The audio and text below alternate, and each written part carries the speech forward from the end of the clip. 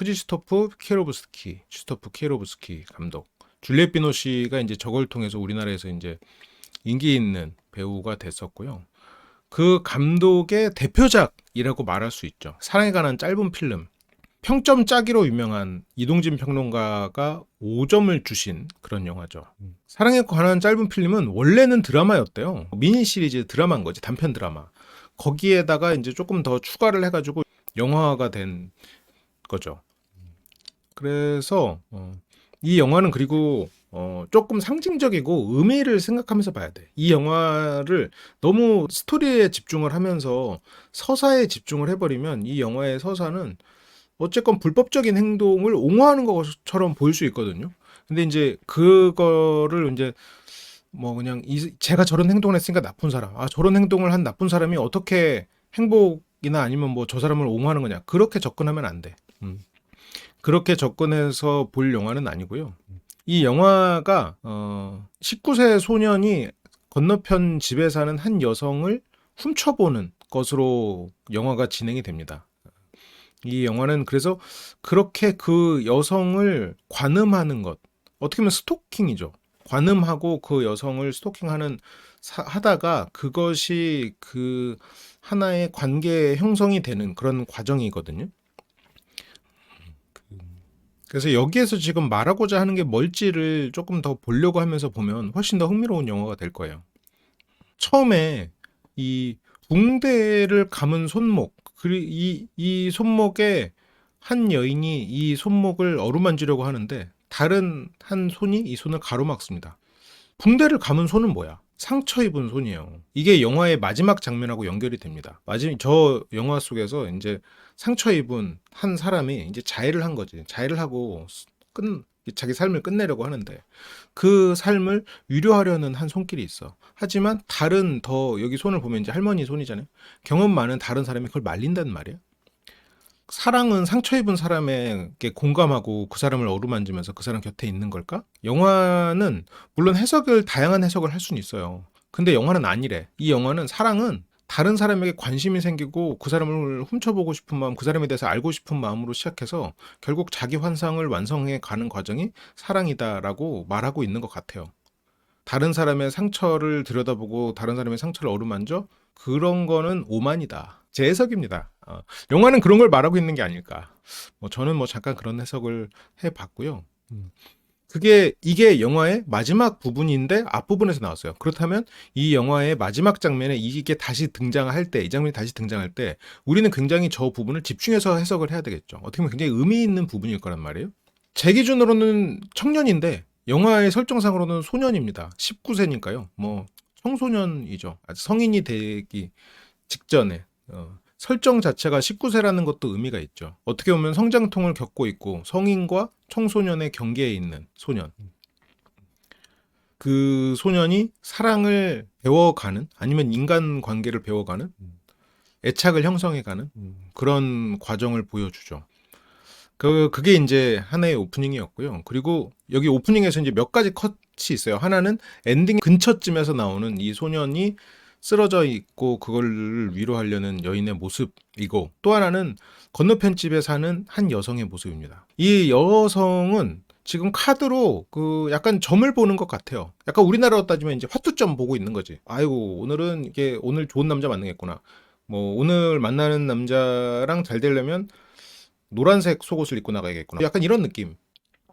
근데 여기에서 또 하나의 상징적인 의미가 있는 게 우유병입니다. 우유는 어떤 순수를 상징하는 것 같아요. 순수했던 시절의 마음. 근데 이 여성의 우유병이 지금 비어있죠. 더 이상 이제 순수했던 시절의 마음은 남아있지 않고 스스로 비워버린 상태. 그러면서 운명을 기다리고 있는 사람. 이 앞에 있는 것도 저거 알아요? 이게 추 같은 건데 그게 O를 그리면 그거 마셔도 되고 이게 X를 그리면 마시면 안 되고 아마 그걸 거예요. 그래서 무슨 약간 테라피스트 같은, 이 여성이 이제 화가 같은 건데 좀 약간 테라피스트도 같이 하는 그런 부분들을 보여주는 거죠. 그래서 이 여성이 이제 뒤에서 보면 인간관계에서 상처를 많이 받은 사람일 거라고 생각이 들어요. 그래서 조금 그 다양한 남성들하고 관계를 맺으면서 조금 문란한 삶을 살고 있는 것처럼 묘사가 됩니다. 여러 사람과 연애를 동시에 하고 있고, 그게 이 여성은 어쨌건 그 과정에서 사랑을 믿지 않게 됐고 상처를 많이 받았고 그래서 스스로 사랑을 안 믿는다고 닫았지만 그래도 순수를 담았던 그 병 속에 우유가 채워지기를 운명처럼 기다리는 여성, 그래서 스스로가 억압했지만 그거를 갈망하는 사람이라고 유추해 볼 수도 있겠죠. 지금 첫 장면에 담은 이 여성의 프레임에서는 이제 그런 것들을 보여주고 있죠. 그리고 이 여성의 창을 볼 때 공간이 세 개로 나뉘어 있거든요. 하나는 그 식당, 밥 먹는 데, 그리고 침실, 그리고 예술을 하는 곳. 어떻게 보면 의식주와 그리고 성, 그다음 예술 이렇게 이제 나뉘어 있는데 그게 예술은 좀 길게 돼 있어. 우리의 머릿속 물리적인 세계 그리고 성적인 우리가 이제 그런 욕망의 세계 그리고 예술 우리가 추구하는 그런 의미 추구 가치의 세계 이런 것들을 남성은 그런 거를 다 알고 싶어서 관음하고 있는 상태인 거죠. 그리고 그 안에서 그 여성을 보는 그 집을 들여다보는 창문에는 동그란 렌즈가 왜곡돼 있어요. 왜곡된 렌즈로 그 여성의 집이 보이고 있어. 이 여성을 관음하는 남자 주인공은 여성을 지금 왜곡돼서 더 현미경처럼 들여다보면서도 현실과는 좀 다른 시각으로 보고 있는 거지. 사랑은 어쩌면 그렇게 시작되는 걸 수도 있어. 상대의 모든 걸 알고 싶어 하지만 정작 보고 있는 거는 왜곡된 시선일 수도 있는 거지. 근데 지금 제가 하는 해석이 아닐 수도 있어요. 항상 이거는 그냥 임 소장만의 해석인 거고 여러분들은 여러분들 나름의 영화를 보시면 전혀 다른 각도의 해석이 나올 수도 있어요. 어쨌건 그렇게 남자 주인공은 아직 눈을 뜨지 않고 있고요. 그러면서 이제 이거는 그 영화 후반부에 대한 부분을 앞에서 보여준 거고 무언가 유리창이 깨지면서부터 영화가 시작을 합니다. 유리창을 깨고 무슨 일이 벌어지냐면 이 남자 주인공 어딘가를 침투해요. 유리창을 깨고 어딘가를 들어가. 이게 사랑에 관한 짧은 필름이잖아요. 감독이 친절하게도 자 이거는 사랑에 대한 상징이니까 니들 사랑을 생각하면서 영화를 봐야 돼 라고는 거라면 사랑은 사랑하는 마음이 원래 저렇게 시작되는 걸 수도 있겠죠. 상대가 나 사랑해 하고 문을 열어주고 그 문으로 들어가는 게 아니고 저기요? 나 여기 있는데요? 사랑해도 될까요? 하고 그거 안에 침투해버리는 감정이라는 거죠. 여기에서 남자 주인공은 도둑질을 하면서 시작을 합니다. 근데 이 뒤에서 이 감독이 이 간음하지 말아라는 주제로 다른 사람을 관음하는 모습으로 시작을 하거든요. 이 아이가 누군가를 관음하는 모습을 보여주는데 웃기게도 미스 폴란드가 나오는 우리나라로 따지면 이제 미스 코리아. 지금은 이제 TV에서 못 보는데 옛날에는 미스 코리아를 밤에 이제 하면은 온 가족이 모여서 미스 코리아 선발 대회를 봤었어요. 그게 감독이 우리에게 던지는 야 니들 관음이라는 건 나쁜 거 같지? 야 니들도 다 관음하고 있어. 미스 폴란드 보잖아. 미스 코리아 보잖아. 니들 사랑할 때는 다른 사람들 안 훔쳐보고 싶을 것 같아? 다른 사람들 안 훔쳐보고 싶을 것 같아? 원래 사랑이란 그런 거야. 다른 사람을 다 훔쳐보고 싶고 그 마음에서부터 시작해가지고 그게 차곡차곡 쌓이면서 자기 환상이 채워지면서 만들어지는 게 사랑이거든? 이라고 우리에게 던지는 말 같아. 그러면서 이 시작이 도둑질로 시작을 해요. 사랑이라는 감정, 그거는 누군가가 합의하고 협상해서 이루어지는 게 아니라 어떤 한쪽이 타인과의 협의 없이 타인의 마음으로 침투하고자 하는 타인을 관찰하고 싶은 마음에서부터 출발하는 이런 얘기 같아요. 물론 근데 이게 너무 이제 범죄로 시작을 하니까 그러면서 이제 이 아이가 그냥 말 그대로 대놓고 망원경을 훔쳐서 그 훔친 망원경으로 다른 사람의 집을 훔쳐보거든요. 그러니까 야 윤리 따지지 마. 어차피 얘 이 새끼 도둑놈이거든. 그러니까 윤리 따지지 마. 나쁜 놈인 거 내가 보여줬지. 그러니까 윤리 따지지 말고 이건 사랑에 관한 짧은 필름이야라고 우리에게 세게 말하고 있는 게 아닌가. 어딘가에 유리창을 깨고 들어가면서 영화가 시작을 합니다. 이게 그 감정의 시작일 수 있겠죠. 사랑에 관한 짧은 필름. 그래서 그 안에서 불을 밝히고 원래는 지금 봐봐요. 쌍안경을 가지고 상대 집을 보다가 훔친 망원경으로 타인의 집을 봐. 쌍안경으로 보다가 망원경, 하나짜리 망원경으로 보면 뭐가 달라지죠? 왜 친구가 준 합법적인 쌍안경으로 보다가 왜 훔친 망원경으로 볼까? 이 상징을 두 번째 보고 나서 깨달았어. 거리감이야. 맞아요. 거리감이야. 쌍안경은 합법적이고 상대의 집을 관찰자로서 보는 거야. 망원경은 상대랑 나의 거리감이 없어지는 거야. 맞아. 훔친 망원경. 유리를 깨고 들어가서 거리감을 사라지고 내가 상대와 완전히 밀접한 상대로 내가 상대와 어느 정도 거리감이 있는지도 모르는 상태로 보는 거. 그렇다면 이 남자애는 그 건너편에 있는 여자와 거리감이 사라진 거야. 쌍안경을 볼 때는 말 그대로 관음이었고 그 여성의 어떤 문란한 생활을 훔쳐보는 거에서 이어지고 있었지만 하나로 바뀌는 순간 나와 그 사람의 거리 감각이 없어져. 맞아요. 거리감이야. 그래서 쌍안경을 내려놓고 망원경으로 그 상대를 훔쳐보기 시작해요. 여기까지만 해도 벌써 상징들이 어마어마하죠. 내가 놓친 상징은 아마 더 많을 거예요. 아마 한번 영화를 보시면 진짜 야, 이 영화가 그 대단히 그래서 이동진 평론가가 5점을 줬구나라는 생각이 들어요. 그리고 뒤에 보면 색감들도 분명히 의미들이 있어. 특히나 뭐 흰색 우유를 배달하면서 그 사람의 마음, 우연히 지나가는 흰색 옷의 사람, 어떤 이 사람에게 사랑을 고백할 때 마침 우연히 놓인 배경 창면에 배경 창문이 빨간색이라던가 이런 것들이 쭉 나오거든요. 그렇군요. 그러면서 이제 훔쳐보고 있는 여성이 이제 이 여성이고 훔쳐보는 건너편의 청년이 이 친구예요. 근데 이 장면도 참 흥미로운데 상대를 망원경 한쪽 눈으로 훔쳐보고 있는 청년이잖아요. 근데 이렇게 한쪽 눈으로 훔쳐보고 있는 청년인데 이 여성을 여기로 오도록 유도해요. 이게 우체국이거든요. 그러니까 이 여성의 우편함에다가 뭐를 이렇게 남겨놔가지고 우체국에 오게 만들어요. 그래서 이 사람하고 한번 접점을 만드는 거지. 그래서 이 접점을 만들려고 이 여성을 여기로 이제 유도하는 과정에서 여성의 우편함에다가 가짜 송금 메시지를 넣는 거죠. 근데 이 창구도 하나로 이루어져 있어요. 칸이 마치 망원경으로 상대를 보고 있는 것처럼 하나의 구멍으로 상대를 보고 있죠. 여성은 이제 짜증나지. 아, 뭐 오라가라야. 돈 뭐 수령증이 왔는데 뭔지도 모르겠고 연금 수령증을 주고받는 장면이 나오고요. 그리고 이 장면에서도 이 남자의 머릿속에 여자가 가득하다는 걸로 보통 이제 영화에서 디졸브라고 하거든요. 이건 디졸브가 아니에요. 이제 영화에서 보면은 다음 장면으로 넘어갈 때 전 장면에 잔상이 남아서 다음 장면에 겹쳐 보이는 그 효과를 활용해서 감독들이 어떤 메시지를 전할 때가 많아요. 예를 들어서 어떤 사람이 이제 뭐 횃불을 들고 있다가 그 사람의 얼굴이랑 이렇게 디졸브 시킬 때 이글이글 타오르는 그 사람의 분노를 보여준다거나 그런 식으로 그런 디졸브를 이제 그런 식으로 효과를 쓰거든요. 근데 이제 이거는 디졸브 효과가 아닌데 그냥 창문에 비친 여성이 지금 이 남자의 머릿속에 가득하다라는 거를 암시적으로 그냥 화면 안에서 보여주고 있는 장면이죠. 그래서 직접 찾아보세요 하면서 이름으로는 없어요 하고 말을 왔다 갔다 하는데 이 몇 마디를 주고받기 위해서 일종의 소매치기도 아니고 소매 넣기 스타일로 상대 우편함에다가 물건을 훔치는 게 아니고 소매 넣기 기술을 시전해서 여성을 이쪽으로 오게 한 거죠. 그래서 여성은 지금 자기 수령증이 왔다고 해서 왔는데 돈을 안 주니까 그럼 뭐 통지서 받으시면 오세요. 그래서 통지서를 자꾸 이제 몰래 넣는 거지. 그러면서 이제 다시 불러서 송금표를 가져가세요 이러는데 이 장면을 이제 다시 영상으로 보시면 그 아까 동그란 구멍이랑 이 남자의 얼굴이 한쪽으로 계속 이런 식으로 망원경이 놓이듯이 계속해서 그 앞에 왔다 갔다 하고요. 그래서 이 남자애가 여성을 계속해서 관음하고 있다는 게 이 영상에서 계속 상징으로 보입니다. 그리고 이 장면에서 보면 처음에 옆에 이때 떠있던 여성의 반사된 이미지가 나중에는 이 남성하고 겹쳐 보여요. 겹치는 각도로 바뀌어. 그게 이 안으로 들어오고 있다는 얘기야.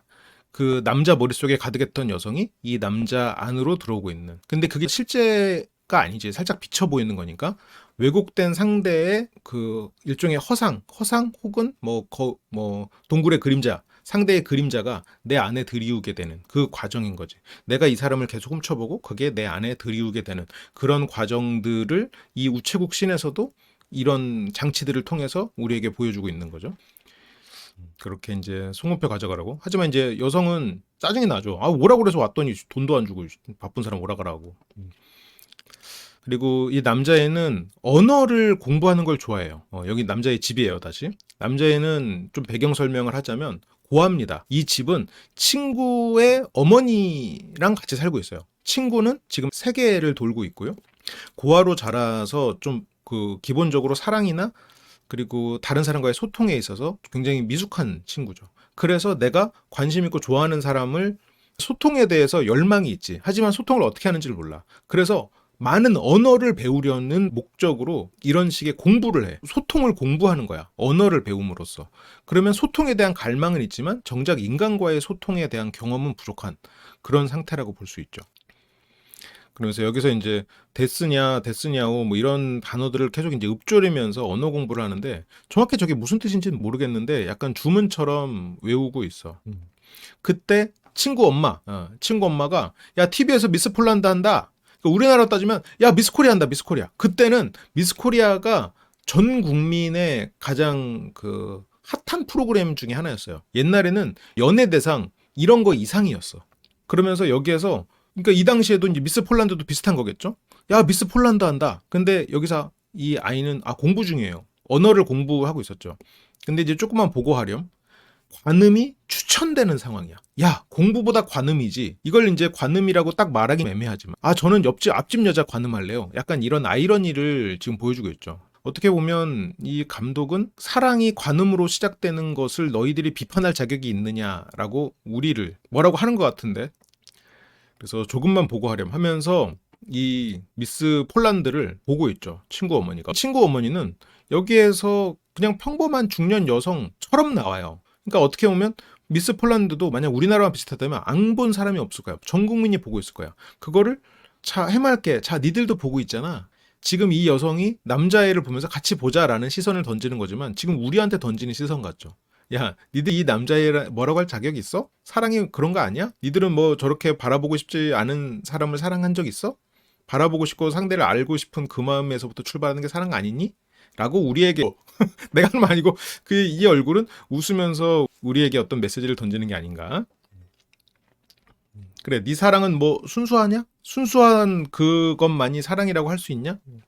그래서 가장 편안한 자세에서 합법적인 걸 보고 있죠. 근데 이 남자애는 친구 어머니가 어쨌건 집주인이시고 하니까 저렇게 좋은 의미로 제안을 해서 옆에 잠깐 서 있지만 시간이 지금 8시 35분, 37분 돼가고 있어. 8시 곧 40분이야.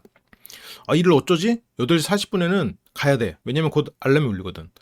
그러니까 이 남자애는 지금 저렇게 불특정 다수를 브라운관을 통해서 보는 것보다 나는 내 망원경을 통해서 앞집 사람을 보고 싶어. 좋네요. 감사해요. 하지만 지금 알람이 울려가지고 방으로 뛰어들어옵니다. 이 알람은 앞집 여성의 퇴근 시간에 맞춰진 알람이야. 그래서 이제 퇴근하면 할 일이 생겼죠. 이제 며칠 전에 훔쳤던 망원경을 덮은 빨간색 이 덮개가 빨간색인 것도 의미심장하죠. 저 빨간색은 열정, 사랑, 욕망 그런 것들을 상징하는 것 같아요. 욕망과 사랑을 담고 있는. 근데 또 이 아이는 우유를 배달하는 일을 선택하는 또 하얀색을 배달하는 사람이기도 하단 말이죠. 그래서 그 빨간색 덮개를 치우고요. 앞집을 바라보기 시작합니다. 마치 우리를 바라보는 것 같은 이런 구도를 보여주죠. 이게 뭐 제3의 벽을, 그러니까 제4의 벽인가? 아무튼 그거를 넘고 우리와 대화를 직접적으로 시도하진 않지만 그런 식의 연출을 중간중간에 넣어놨어요. 여성이 귀가를 합니다. 배율을 높여서 상대에게 가까이 다가가고 있죠. 여성은 집에 왔고 배율을 높여서 더 가까운 곳으로 상대와의 거리감을 더더욱 가깝게 만드는 과정으로 보고 있고요. 여성도 어떤 프레임으로 자기의 작품을 바라봐요. 이렇게 보면 이렇게 왜 봐? 이 바깥에 있는 정보를 지우고 이것만 보려고 이렇게 하는 거잖아요. 물론 여성이 이렇게 했구나. 아무튼 이게 1인칭으로 보는 거. 내가 전체를 조망하는 게 아니고 내가 보고 싶은 것만 보게 되는 거. 내 시야 안에 상대를 가두는 행동이죠. 지금 망원경으로 상대를 보고 있는 행동이나 여성이 자기의 작품을 이렇게 보고 있는 거나 실은 어떤 부분을 구체화시키고 더 세밀하게 보고자 하는 의도도 있지만 그런 다른 부분에 있는 정보에서 눈을 감는 거기도 한 행위죠. 그래서 건너편을 바라보고 있는 남자. 그리고 여성은 이제 집이니까 이제 편안한 의상으로 갈아입고 거기서 이제 자기 작품 활동을 또 합니다. 그리고 남자아이는 잠깐 그 차를 마시려고 컵을 가지고 나오고요. 그런 남자 주인공을 걱정스러운 눈빛으로 바라보는 친구 어머니. 이 아이가 앞집을 염탐하고 있다는 사실을 알고 있었던 건지 아닌지는 정확히 모르겠어요. 약간 여자 주인공은 지금 화가면서 테라피스트 같은 그런 느낌인 것 같아요. 브라운관을 통해서 많은 미스 폴란드 후보자들을 바라보면서 지금 자기 아이의 친구를 걱정스럽게 보고 있는, 수돗물을 받아가는, 어떻게 보면 이 소년조차도 저 친구 어머니에게 관찰의 대상이죠. 그거는 친구 어머니가 이 아이를 진심으로 애정하고 있다고 생각해요. 그러니까 이게 그 남녀 간의 사랑이 아니고 자기의 아이가 떠났잖아요. 해외여행을 하고 있어. 눈앞에 없어. 그러니까 그 대신에 집에서 숙식하고 있는 이 아이를 내 아이 대신으로 생각하고 있을 거란 말이에요. 그러니까 이게 부모의 사랑은 아니지. 하지만 부모의 사랑과 비슷한 모습으로 자신의 외로움을 달래고 있는 한 여성일 수도 있겠죠. 이렇게 차를 마시고요. 이것도 분명히 의미가 있을 텐데. 수돗물을 가져와서 거기에 차를 넣는, 자기의 마음이 안정되어 가고 있다라는 얘기일까? 그 건너편의 여성을 보니까 마음이 편안해진다는 그런 암시일 수도 있을 것 같아요. 왜냐하면 이 뒤에 보면 뭐 그냥 NG 장면이 그냥 들어간 걸 수도 있는데 아마 그렇진 않을 거예요. 다 의미가 있을 거야. 앞집에서 뭔가 이 여주인공이 다른 남자와 이렇게 관계를 맺을 때 여주 남주인공이 실수로 담배를 2개 피를 한 번에 동시에 물었다가 이렇게 빼는 장면이 나오거든요. 근데 담배를 2개 피 물 정도는 평소보다 2배 부정적인 감정이 피어올랐다라는 걸 암시할 거란 말이죠. 근데 지금 저기서 이렇게 차를 이렇게 마시는 거는 저 여성을 보면 마음이 편안해진다라는 거를 그냥 저렇게 암시적으로 표현하는 게 아닌가 그런 생각이 들고요. 그리고 건너편을 보는 이 여성의 전체 집 구도입니다. 왼쪽에 있는 정사각형의 모습은 입출입 그리고 먹는 곳, 일종의 생활인, 물리적인 세계죠. 가장 오른쪽 끝에는 침대 그리고 빨간색, 다른 남자와 잠자리를 갖는 성과 욕망의 세계죠. 거기에는 왜곡된 필터가 여기 있지. 욕망의 필터겠죠. 그 동그란 필터가 있어요. 그 왜곡거. 그리고 가운데에 있는 길쭉한, 어떻게 보면 높은 차원에 있는 걸까? 아니면 다른 차원에 있기 때문일까? 여기에는 그림이 있어. 우리가 인생에서 추구하는 어떤 가치의 체계. 그래서 상대에 대해서 이런 거를 하나하나 알고 싶은 그런 마음들을 이렇게 그냥 구조화시켜서 보여주고 있는 것 같아요. 이 여자가 직접 그리는 그림 그 예술이에요.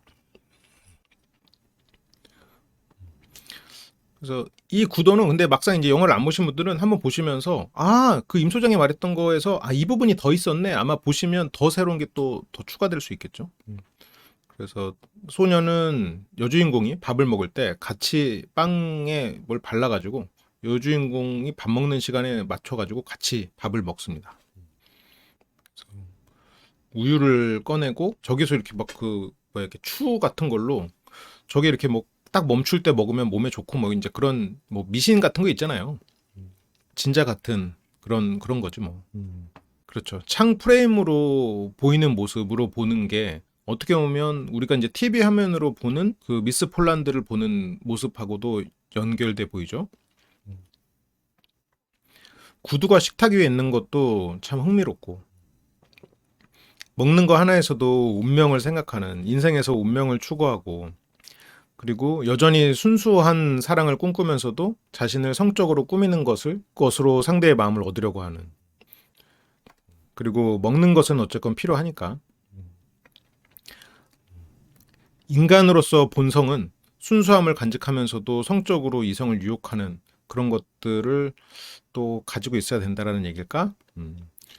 이걸 먹으면서 예술을 하고 있죠.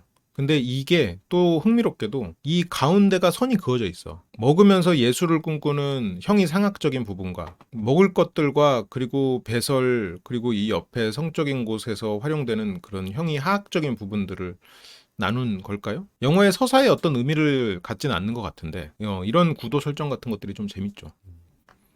그리고 또 이게 이제 영화를 보신 분들은 이제 경악할 수 있는 포인트고 이해가 안 될 수 있는 포인트인데 이 남자애가 앞집에 전화를 겁니다. 이 여성한테 전화를 걸어요. 옛날에는 수신자 확인이 안 되니까 이런 장난 전화를 할 수가 있었어요. 여보세요? 그 사람 목소리만 듣는 거야. 전화해서 이제 말을 안 하고. 그러니까 이제 여자도 이제 이런 게 한두 번이 아니니까 아우 지겨워 죽겠어. 누구야? 무섭기도 하고. 숨소리 다 들려 이 변태 자식아. 지금 이 전화를 받는 공간은 전화기도 빨간색, 빨간색 침대. 이 공간은 성과 사랑과 왜곡된 욕망을 상징하는 공간이잖아요. 아까 그 세 공간 중에서 그 공간. 그래서 여기 이제 왜곡된 필터까지도 달려 있는 왜곡이라고 해야 될까? 아니면 그 현미경이라고 해야 될까? 이런 것들을 한 프레임에서 담고 있죠. 전화기도 그래서 빨간색. 남자애가 가진 욕망을 보여주고 있는 부분일 거예요. 그래서 욕을 먹고 이제 전화를 끊어요. 변태 자식아 하고 이제 끊고 다시 걸어. 다시 걸으니까 이제 전화를 받는데 그 전화를 받는 장면에서는 이걸 왜곡 필터라고 보면 안 되나 그러면? 그리고 전화 받은 여성에게 사과를 하고 끊습니다. 아까는 이제 숨소리만 내고 상대한테 욕 먹었다가 이번에는 다시 전화해가지고 사과를 합니다. 죄송해요 하고 끊어요. 그렇게 일과를 마치고 남성은 전화를 했었고 그리고 이 여성은 남자친구가 여러 명이에요. 그래서 정장을 말끔하게 차려입은 한 남성과 관계를 맺고 그 관계를 맺는 모습을 남자애는 차마 보지 못합니다. 저 정장을 입은 저 사람은 뭐라고 해야 될까? 어떻게 보면 좋은 조건의 사람인 것처럼 보이죠. 정장을 딱 차려입고. 그래서 이 뒤에서 보면 저 정장을 입은 사람에게 실연을 당하고 쏟아진 우유 앞에서 울어요. 여성은 어쩌면 순수하게 그 사람을 사랑했을지도 모르죠. 하지만 우유가 쏟아지면서 순수한 마음이 배신당했다. 어떻게 보면 그 남성은 여성을 그렇게 진지하거나 순수한 마음으로 좋아한 적이 없다. 그걸 여성이 깨달았다. 그런 걸 암시적으로 보여주는 거죠. 그리고 이 남자애가 여성의 그래서 동선을 어느 정도 알아요. 어느 정도 뭐 알다 보니까 여기는 이제 우유 가게예요. 여성은 이제 우유 배달을 받고 우유를 자주 마시는데 우유 배달이 안 왔는데요? 이틀에 한 번씩만 오는데요? 아니 뭐 우유 배달이 이렇게 안 돼요. 그래서 불평불만을 막 하거든요. 배달부가 시간이 없어서 그래요. 그래서 핀잔 듣고 우유를 마시고 싶어 하고 우유 배달부가 성실하지 않다는 거를 남자 주인공이 이제 알았어요. 그래서 이후로 남자 주인공이 저 배달 일을 시작해요. 부업으로. 그리고 그렇게 이제 정보를 얻고 앞집 여성에 대한 정보를 얻고 집에 왔더니 마르친에게 편지가 왔다. 얘 남자 이름이 토메커고요. 토메카한테 안부랑 나홍시어 전해주세요. 뭐 나홍시어는 지네들끼리 쓰는 암호고 마르친의 엄마인 거죠. 마르친에게서 이제 편지가 왔고 마르친은 세계 일주를 하는 것 같고 자기 자식은 이제 세계 일주를 하니까 외롭고 한편으로는 그 아이에 대한 걱정과 불안, 외로움을 지금 아이의 친구를 돌보면서 해소하고 있는 그런 여성이겠죠. 자기 아이를 대하듯 사랑하는 마음으로 챙기고 있고요. 마르친 대신 뽀뽀도 해주고. 그래서 마르친이 돌아오면 어떡할 거냐? 너도 자리를 잡아야 할 텐데. 그래서 마르친은 여행을 좋아해서 집에 붙어 있지 않을 것 같아. 자기 아이는 이제 잘 집에 없었던 외로운 삶을 살고 있기 때문에 지금 남자 주인공을 통해서 많이 해소가 되고 있는 그런 상황. 마르친은 집에 안 붙어 있을 건데 네가 대신 있을래? 이거는 연민이면서도 본인의 외로움 해소. 그리고 양적인 측면이 다 있을 것 같아요. 그리고 또 앞집에 대한 관찰이 이어집니다. 이번에는 좀 다른 사람인데요. 콧수염이 달린. 아까 봤던 남자와는 전혀 다른 스타일이죠. 아까 봤던 남자는 이제 멀끔하고 정장 스타일이었다면 이 사람은 이제 가죽 잠바에다가 이제 콧수염 달린 다른 스타일의 사람이고 같이 예술을 논하고 그리고 이 그림 앞에서 서로 어떤 얘기를 나누다가 두 사람에서 이제 관계가 진전이 돼요. 아까 정장을 말끔하게 차려입은 사람은 이 세 개의 프레임 중에서 이 식당에서의 보여줬던 프레임이잖아요.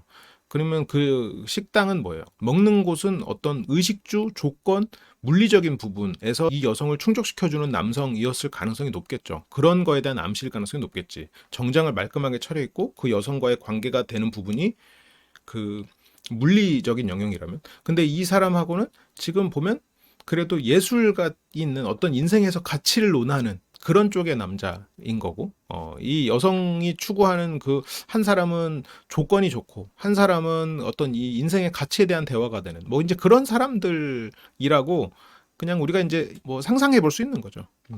이들이 이제 사랑이 이루어지는 곳에 대한 공간에 대한 차이로. 이게, 그래서 두 사람은 이 앞에서 이제 사랑을 나누고요. 이런 뭐 장면들이 이제 암시적이죠. 이것도 이제 참아 보지 못하고 이 부분에 있어서는 질투를 더 크게 느낍니다. 아까 그냥 단지 조건만 보고 만났던 남자에 대해서는 이런 방해질을 안 하거든요. 근데 이 남자에게는 방해를 해. 이 사람의 사랑은 어떤 이 여성의 어떤 가치를 채워주는 사람이어서 어쩌면 더 사랑하는 사람이라고 느껴지기 때문일까? 그래서 여기서는 저들의 사랑을 방해하기 위해서 가스 긴급센터에다가 전화해가지고 가스가 샌다고 그 장난 전화 그걸 걸어버려요. 회방을 놓는 거죠. 냄새도 나고 소리도 들리니까 빨리 출동해 주세요. 가스레인지에서 지금 그랬다고. 그래서 그 저 앞집으로 가스 점검원들을 출동시켜 버리는 거야. 그러니까 곧 도착할 때 불은 켜지 말라고 하고, 지금 여기서 그 이제 담배 불 피우는 장면만 나오는데 실수로 담배 두 개피를 물었다가 한 개를 빼면서 불을 피워서 이제 담배를 피거든요. 그런 게 자기 파괴적이면서 스스로를 괴롭히는 내면의 목소리가 있다. 지금 그런 심정이 피어오르고 있다라는 거를 이건 보여주고 있겠죠. 이 사람들의 얘의 심정을. 아까 차를 마시는 것과 지금 담배를 실수로 두 개 피우는 거. 담배를 그게 이제 차이가 있죠. 그래서 야, 너 내 아들은 만나는 사람도 있대. 아랍 여자 만나고 있다는데. 응? 토메크, 너 애인 없니? 아, 이거 집주인이라고 손 넘으시네. 없는데요? 이런 말은 못 들어봤겠구나. 여자는 자유분방하고 아무한테나 키스하지만 사실은 다정한 남자를 좋아한단다. 그러니까 이 말이 어쩌면 토메크가 바라보고 있는 여성의 마음을 대변하거나 아니면 그 여성의 상황을 토메크가 남자 주인공이 그 이해하고 그 안에서 자기 나름의 어떤 환상을 만들어 나가는 과정일 수도 있겠죠. 지금 사람들을 만나서 여러 사람에게 사랑을 갈구하더라도 결국은 자신을 사랑해줄 사람을 찾고 있는 거다라는 말일 거란 말이죠. 그래서 데려오고 싶은 여자가 있으면 부끄러워 말고 데려와. 이거 좀 알고 그러시는 것 같기도 하고. 근데 데려올 수 있는 사람은 지금 없는 상태고. 그러면서 앞집에 가스 검층원 점검하는 사람들이 이제 검사를 하러 옵니다. 이 두 사람은 지금 사랑이 시작되는 상황이었는데, 물리적 사랑이 시작되는 상황이었는데, 그때 이 사람들이, 검침원들이 밖에서 벨을 눌러요. 문은 빨간색이에요. 이 검침원들은 뭘 상징하죠? 질투를 상징하죠. 사랑과 관련된 감정이지. 그러다 보니까 이 빨간색 프레임, 빨간색 색감의 네모난 이 길쭉한 프레임 안에서 집을 누르는 거고, 지금 이 프레임은 형이 하학적인 프레임이지. 아까 형이 상학적인 부분에서 예술을 논하다가 지금 형이 하학적인 곳으로 내려와 가지고 관계를 시작하려고 했는데 참고 밖에가 시끄러워도 하려고 했으나 질투가 너무 커져가지고 벨소리가 계속 커져가지고 결국 못 참고 그들에게 확인을 시켜주죠. 그래서 뭐 점검을 쭉 해보는데 뭐 가짜 전화했으니까. 그래서 그 사람들을 보내고 이들이 이쪽으로 오는데 아마도 이거는 내가 정확히 모르겠지만 한번 보시면서 다시 한번 뭐 또 판단을 해보세요. 이들이 아까 이제 질투가 방해하고 질투가 물러가고 나서 이들이 온 공간은 여기는 생활의 공간이에요. 그러면 이 남자는 지금 조건이 안 좋아, 내가 봤을 때. 조건이 안 좋은 남자니까 생활의 공간에서는 더 이상 사랑이 이루어지지 않아. 아까 그 예술을 논하는 예술의 가치와 형이하학적인 부분에서는 뭔가 그 안에서는 사랑이 이루어질 뻔 하다가 질투가 방해해서 어떤 현실의 조건 쪽으로 이쪽 방으로 넘어오니까 그 두 사람에서 관계가 이어지지 않거든요. 두 사람이 이제 이 상태, 아까 정작 말끔하게 차려입은 사람은 이 공간에서 환영받았거든요. 근데 이 남자는 이 공간에서 좀 외면받죠. 이 여자가 이 두 남자 사이에서 하고 있는 고민을 암시적으로 우리에게 보여주고 있는 그런 구도 같아요. 그래서 지금 회방 놓기 성공했다고 지금 좋아하고 있네요. 그러면서 이 남자 주인공은 우유 배달을 자원합니다. 이 정도면 이제 중증이죠. 중증 스토커라고 볼 수가 되는 걸라고 볼 수 있는 건데 19살 배달하겠습니다. 지금은 이제 학생은 아니고 우체국에서 일하는 고아로 자랐기 때문에 뭐 이렇게 공부를 계속 할 수 있고 이제 그렇진 않죠. 야, 매일 아침 5시 일어나야 되는데 가능하겠냐? 네, 원래 일찍 일어난다고 이제 거짓말을 하면서 그렇게 이제 시계를 맞춰놓고 우유 배달을 시작합니다. 우유는 하얀색이죠. 하얀색. 이 남자의 마음은 순수하다라는 거를 감독이 말하고 싶은 거겠죠? 그렇지만 이 빨간색의 공간에 하얀색 우유를 배달하러 왔어요. 그래서 여기에 원래는 병이 나와 있었는데 한 번이라도 이 여자 얼굴 보려고 병이 안 나와 있다고 거짓말하고 여자를 불러냅니다. 그러니까 여자는 이제 내가 안 내놨나? 헷갈려가지고 이제 다른 병을 내놓고요. 얼굴 봤으니까 이제 병 다시 돌려놓고 하얀색 우유를 배달하는 과정이고 빈 병, 내가 채워줄 병을 하나 더 내놓으라고 한 거고 그렇게 이 남성의 일상은 계속해서 그 여성을 훔쳐보는 걸로 이어져요. 근데 이날은 여성이 좀 퇴근이 늦어졌는지 시간이 돼도 집에 안 오는 거야. 그랬는데 엄청 싸우고 있어. 그 정장 입은 그 처음에 그 물리적 공간에서 사랑을 나눴던 이 방 세개 그 물리적 공간에서 사랑을 나누던 정장 입은 사람. 어떻게 보면 어떤 조건이 괜찮은 사람을 암시하고 있는 그 사람에게 욕을 먹으면서 여기서 이제 헤어지는 모습을 봐요. 어떻게 보면 하얀색은 맞아. 순수와 욕망? 순수악? 순수악이라고도 어떻게 보면 볼 수도 있을 텐데 모르겠어요. 순수하기 때문에 욕망이 더 커지는 것을 절제하지 못할 수도 있겠네요. 그래서 여자를 데려다 놓고 가버리는 막 소리 지르면서 가버리죠. 그래서 여자는 슬퍼서 돌아옵니다. 반쯤 남은 우유를 꺼내다가 실수로 쏟아버려요. 저 쏟아진 우유를 닦지 못하고 그 앞에서 눈물을 흘립니다. 쏟아져 버린 하얀색. 더 이상 돌아갈 수 없는 어떤 순수했던 시절에 대한 슬픔일까요? 지금은 욕망과 본인의, 그러니까 어른으로서의 욕망이 있잖아요. 지금 여기서도 두 남자를 굳이 보여주고 두 남자와 사랑을 나누는 공간이 분리돼 있었다는 거는 우리에게 이 여성이 여성으로서 가진 욕망, 조건에 대한 욕망과 어떤 가치에 대한 욕망, 사랑받고자 하는 욕망, 이런 것들이 다 다를 수 있다. 다 채워지지 않고. 그래서 그 지금 상황에서 이 남성에게 어떻게 보면 뭐 차인 거겠죠. 차였거나 아니면 뭐 걸렸거나 아니면 뭐 모르지. 그러면서 그 안에서 이 여성은 저 쏟아져 버린 흰색 우유를 닦지 못합니다. 흰색 우유는 매일 저 아이가 배달해주고 있는 상황이죠. 그러면 이 아이가 저 여성에게 지금 줄 수 있는 것은 어떻게 보면 그 순수의 기억일 수도 있겠죠. 근데 그걸 뭐 꼭 순수라고 봐야 될까? 아니면 하나의 욕망일 수도 있겠죠. 단순한 욕망일 수도 있고. 근데 이 여성은 쏟아져 버린 우유를 닦지 못해요. 그리고 눈물을 흘리죠. 이제 더 이상 담겨져 있지 않은 빈 병 같은 자신이니까 쓰러져서 흰색을 다 토해내버린 자신 같은 본인의 신세가 슬픈 거지. 지금 저 사람, 좋은 조건을 가진 사람이었을 텐데 그 사람과 정리가 되는, 그 사람과 관계를 이어온 것도 하얗지 않았고 그 사람과 정리되는 과정에서도 자신은 하얗지 않았으니 그렇게 이제 여성은 그로 인해서 또 슬픔을 가지고요. 이 상황에서 여성은 자신의 어떤 이런 욕망, 순수, 그리고 사랑, 받고자 하는 또 그런 또 결핍 이런 것들을 다 이해해주는 사람에 대한 운명적 사람이 나타날 거라는 기대가 있을 거예요. 기본적으로 운명을 믿는 사람이니까.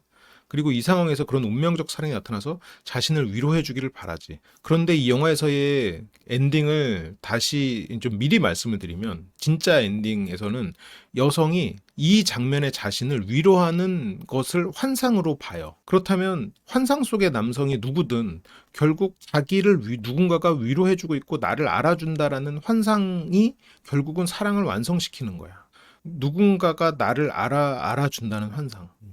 근데 어쨌건 이 여성은 그런 남성에 대한 결핍과 갈망이 있죠. 뭐 너무 비현실적이지만. 근데 비현실적인 그런 욕망은 자기 스스로 환상으로 채워가는 거니까 그게 어쩌면 사랑에 대한 본질일 수도 있겠죠.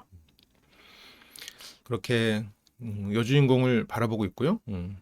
토메카 안 잤니? 안 자보렴. 지금 바쁜데. 오늘은 좀 일이 늦게 시작돼서 좀 바쁜데. 왜 그러시죠?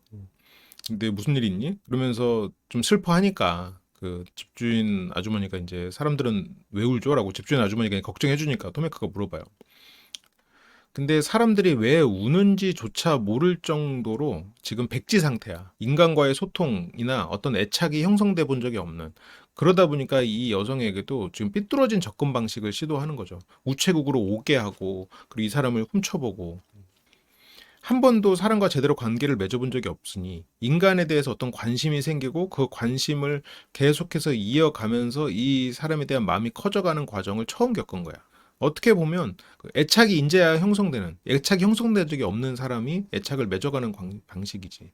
상대가 그 자리에 존재했고 그 사람에 대한 관심을 갖게 되고 그 사람을 알게 돼가는 과정에서 그 사람에 대한 나만의 애착이 형성되고 그리고 그 애착을 통해서 상대에게 내 존재가 보여지고 그 존재가 보여지면서 상대도 같은 프로세스로 나에게 관심이 생기고 애착이 생기면서 그것이 서로의 환상이 생기고 그 환상이 똑같다면 행복한 거지만 똑같지 않더라도 서로를 채워주는, 서로를 충만하게 해주는 과정이 결국 사랑이지 않겠나라고 이제 뭐 감독이 말하는 것 같아요. 우유가 사랑에 대한 갈증, 배고픔의 상징. 오히려 반대로 그렇게 해석할 수도 있겠죠. 그러니까 이 남자애는 왜 우는지조차 몰라. 왜 울지? 모르겠니? 넌 운 적 없어? 아주 예전에 한 번.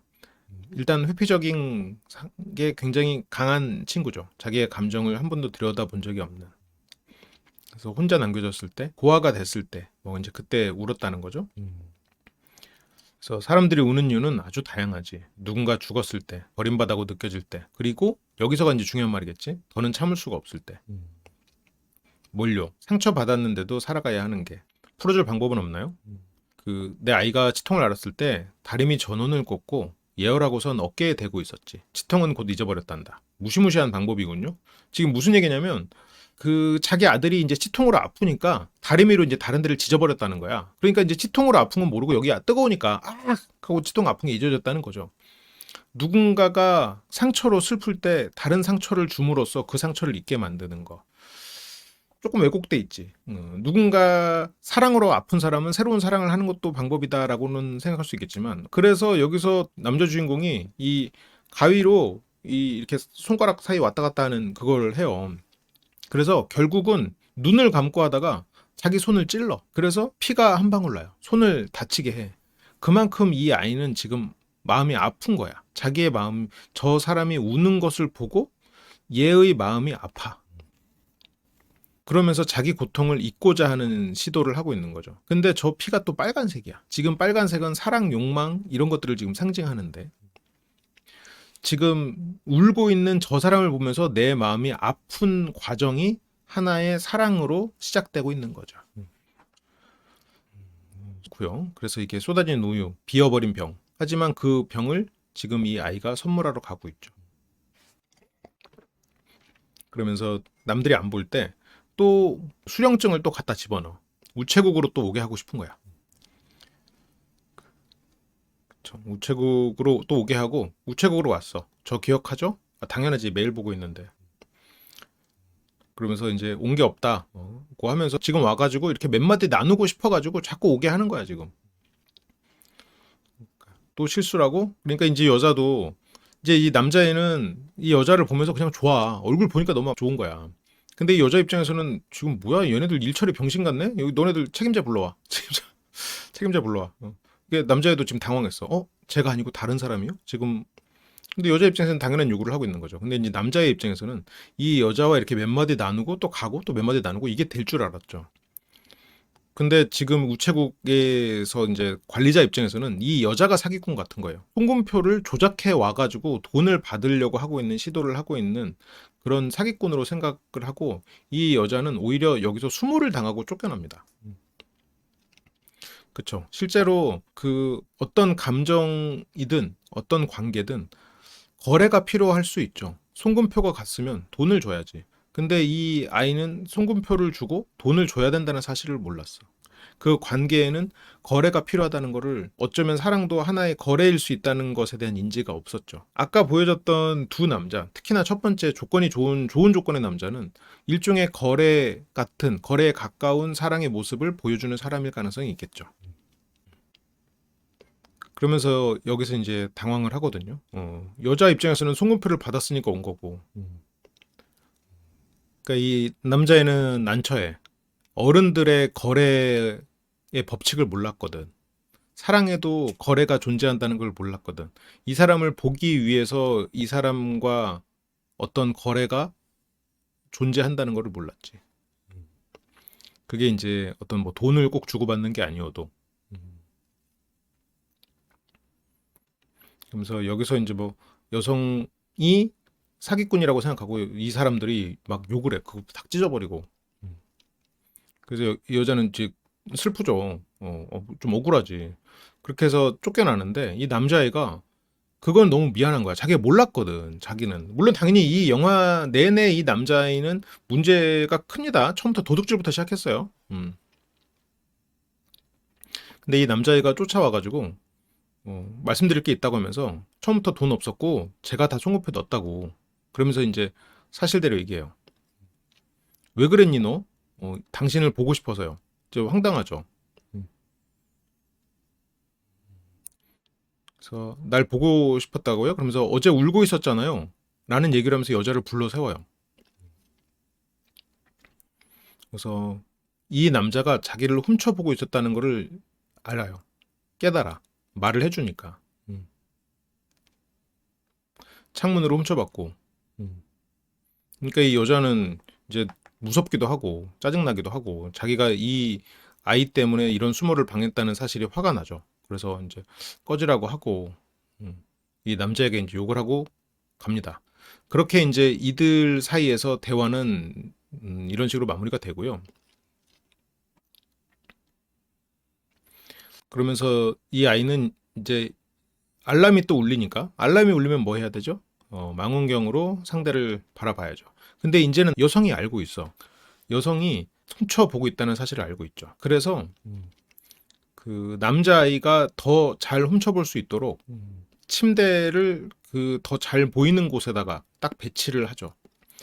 남자아이는 자신이 순수하게 이 여성의 마음을 위로해주고 싶고 관심을 갖는 거라고 본인은 생각하지만 여자는 야, 그럴 리 없어. 너 그거 다 욕망이야. 너 이렇게 빨갛고 이런 나의 이런 관계를 훔쳐보고 싶은 거 아니냐. 라고 하면서 이거를 더 얘기하고 그 빨간색 전화기를 빨간색 전화기, 빨간색 침대 그 공간으로 가득 찬 창이죠. 이 공간 안에서 네가 바라는 건 이거지. 근데 이 아이는 하얀색 우유가 쏟아져서 그 앞에서 울고 있던 여성을 보면서 자기의 빨간색 피가 흘렀죠. 근데 이 여성은 야, 웃기지 마. 너 이 공간이 네가 보고 싶은 공간 아니니? 그러면서 전화하라고. 그래서 전화를 합니다. 그래서 세까지 셀 테니까 말해. 보고 있지? 너 잘 보이라고 침대 위치도 바꿨어. 그러면서 뭐 좋은 시간 보내라고 하는 게 너의 그 마음은 욕망이고 범죄고 그렇게 천박한 마음이야라는 거를 여성은 더 증명하고 싶어요. 그러니까 여성은 한편으로는 우유가 쏟아진 상태잖아요. 쏟아진 우유인 상태야. 그리고 그게 슬퍼. 근데 니까짓 게 너 같은 범죄자 새끼가 우유를 가졌다고? 그럴 리 없지. 넌 이렇게 빨간색 공간을 훔쳐보는 변태일 뿐이야. 너같이 그렇게 세상에 순수가 어딨어? 순수가 어딨고 이렇게 욕망을 추구하면서 사는 게 인생이지. 너 그렇게 순수하다고? 야, 웃기는 소리 하지 말고 그 너의 네가 바라보지 못하는 너의 추악한 면을 내가 까발려 줄게라는 마음일 거예요. 그 마음에는 내가 순수하지 못한 것에 대한 한탄도 있지만 상대가 순수할 리 없다는 확신도 있는 거지. 그러면서 이 여성은 그 아까 가치 영역에서 관계를 나눌 뻔했던 그 사람을 불러가지고 이제 시작을 합니다. 근데 이제 관계를 이렇게 말 그대로 보여주기 식으로 하다가 실제로 하지는 않고 말을 해줘요. 쟤가 우리 훔쳐보고 있어. 라고. 그래서 이 남자가 이제 당황해가지고 옷을 입고 쟤. 저기서 보고 있어. 너. 그러니까 이제 남자가 와가지고 불러냅니다. 야, 이 변태 새끼야, 나와. 우체국 변태. 여기까지 다 들은 거지. 근데 저기서 이제 밑에서 소리를 치고 있으니까 우체국이라고까지 특정이 됐으니까 이제 동네방네 소문이 나길 수가 있으니까 이제 내려가죠. 걸렸으니까. 가드 아니 어차피 때릴 건데 가드를 왜 올리라고 그러지? 어떤 그 일말의 양심인가? 어린이를 때려야 되는 상황에서 그래서 두 번 다시 그러지 마. 어린애가 할 짓이 아니야라고 훈계를 하고 가는데 그러면서 다시 한번 이제 피가 흘렀죠. 저 피는 이 아이가 흘리는 피는 영화에서 몇 번 나오는데 그중에 이제 인상 깊은 것 중에 하나가 지금 처음에 자기 손가락에 났던 피, 지금 코피, 그리고 그 뒤에서 이제 손목에 붕대를 감고 있을 때 그 피의 양이 점점 많아져요. 사랑이 점점 더 커진다는 얘기일 수 있겠죠. 첫 번째 가장 컸던 사랑은 이 사람이 우는 그 사랑의 시작은 울고 있는 이 사람을 위로하고 싶다는 마음이었어. 그때 내 마음이 아팠던 거를 인지하는 게 첫 번째 사랑의 시작이었지. 두 번째는 이 사람을 가질 수 없다라는 걸 깨닫는 그거를 인지하는 게 두 번째 사랑이었지.